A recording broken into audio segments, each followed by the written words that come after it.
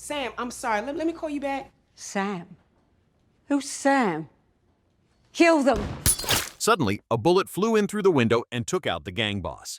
Sam and Bucky quickly took down the guards in the room. No matter who pulled the trigger, the blame was now on all three of them. Zemo had no choice but to lead Sam and Bucky in a quick escape. After all, they were still deep in enemy territory. I can't run in these hills! The three of them ran into a dead-end alley. Just then, bang, bang, two quick shots from a distant sniper took down the gangsters chasing them. This surprised even Zemo. He didn't expect anyone to be protecting them here. What surprised him even more was that their mysterious savior turned out to be none other than Sharon Carter, Captain America's niece. Let's rewind for a second. Back before the airport battle, some of Cap's team had already been arrested by the military, and all their gear was confiscated. Sharon broke the rules to help them. She stole back their gear, gave Steve his shield, Sam his wings, and even threw in a kiss. But once Cap became a wanted man, Sharon had to go on the run too.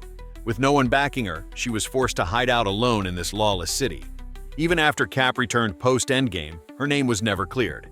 Worse yet, she wasn't snapped. Which means from 2016 to 2023, Sharon had been surviving here for 7 long years. Honestly, it might not even be Cap's fault. After the blip, half the population vanished. Maybe he thought Sharon was dusted too. After catching up, the group decided to head to Sharon's base for a breather. Sam offered to help clear Sharon's name and asked if she could help them find the doctor behind the serum.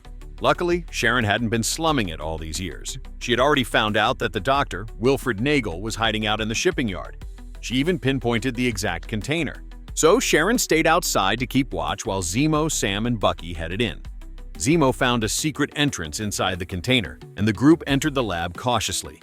But to their surprise, there were no guards at all, just one messy, frantic man doing experiments.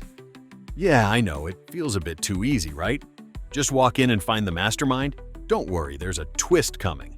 The doctor noticed Zemo and Bucky and immediately realized he was in danger. But he didn't panic. Instead, he started bargaining.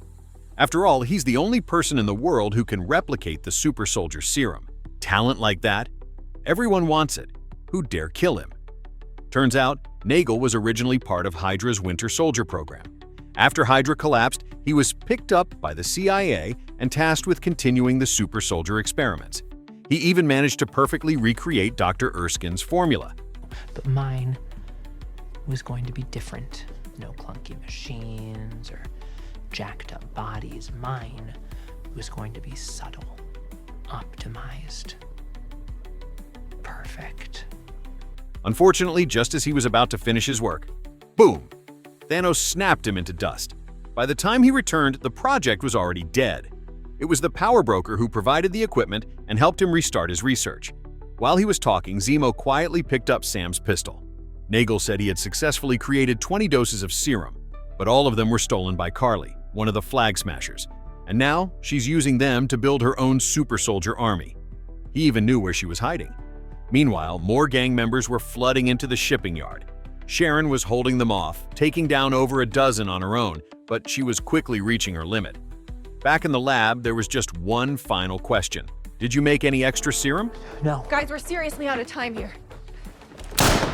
No! What did you do? Zemo shot Nagel dead. A second later, a rocket blew up the container. The enemy's firepower was overwhelming, and Bucky couldn't break through right away. The group started throwing blame around in classic fashion, but just then, Zemo had his shining moment.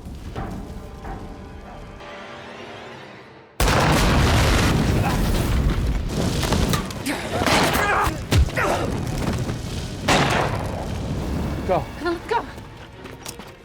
The moment the trio escaped the ambush, Zemo was already waiting nearby, behind the wheel of a luxury car. Now that the serum maker was out of the picture, the next target was clear: the Flag Smashers and their stolen vials. Their next stop, Carly's hometown slums. Sharon didn't go with them. She chose to stay behind as their intel support.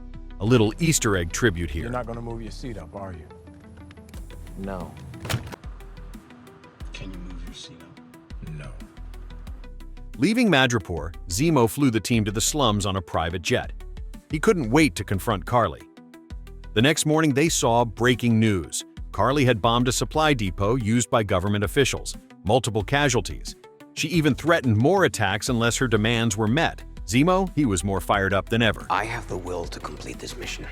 Do the two of you?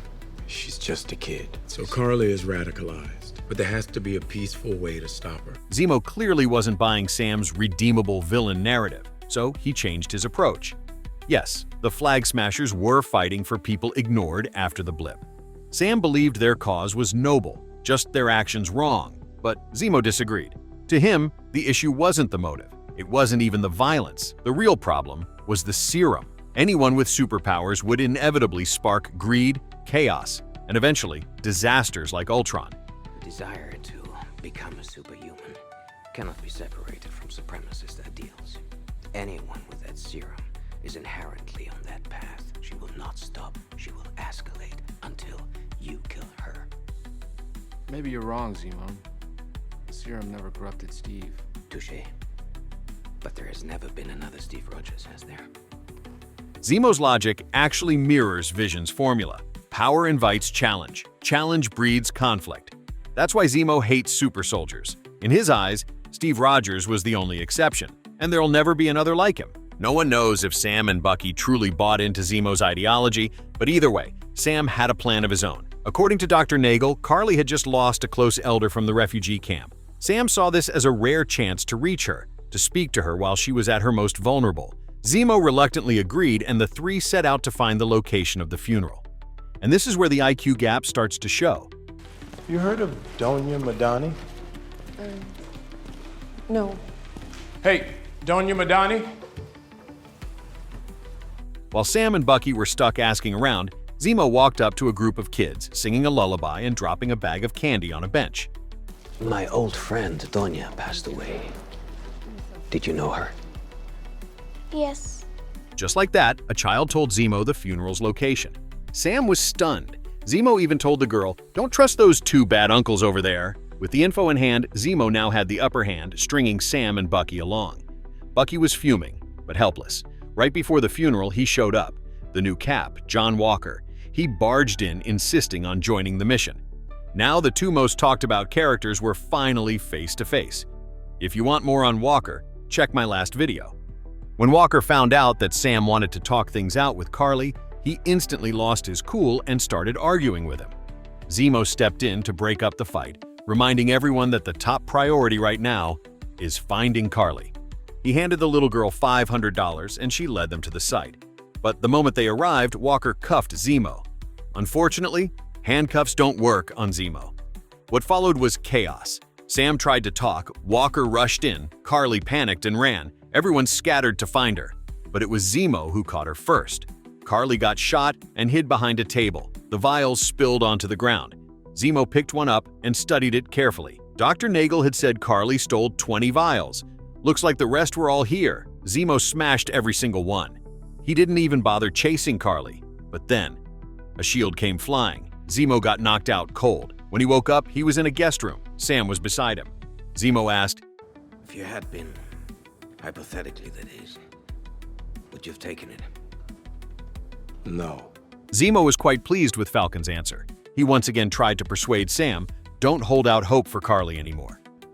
She's gone. Super soldiers cannot be allowed to exist. And if that's how you feel, what about Bucky?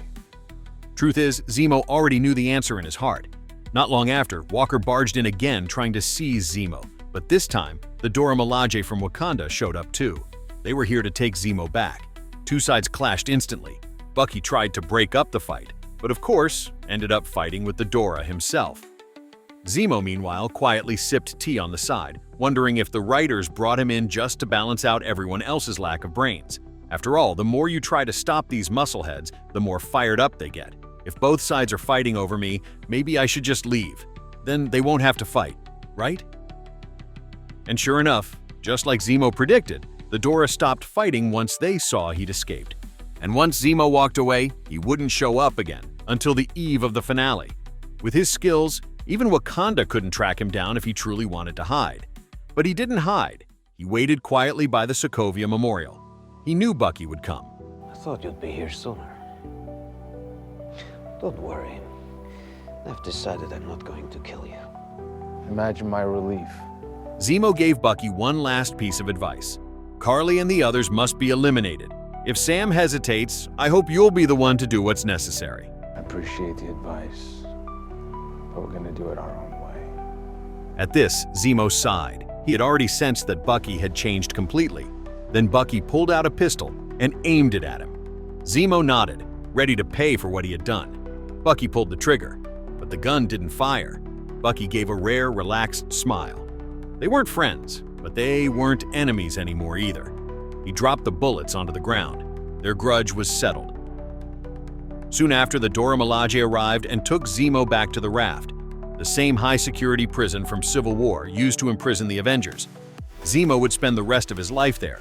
But during the short time he was free, Zemo had already eliminated the only scientist capable of making more serum, destroyed all remaining vials of super soldier serum. As for the remaining Flag Smashers who had already taken the serum, Zemo still had a plan for them. In the finale, Bucky and Walker managed to capture the rest of the Flag Smashers and handed them over to the authorities. But just as they were loaded into the transport van, boom! The vehicle exploded. None of them survived. Standing nearby, silently watching it all, Zemo's loyal butler. Inside the raft, Zemo heard the news on the radio. A faint smile crossed his face. It was over. He could finally rest. Baron Zemo remains one of the most successful and complex villains in the MCU. No flashy powers, no super serum, just pure strategy and a sharp mind. That's why fans love him. Even in Civil War, where the spotlight was on a dozen superheroes and villains barely had screen time, Zemo still managed to stand out.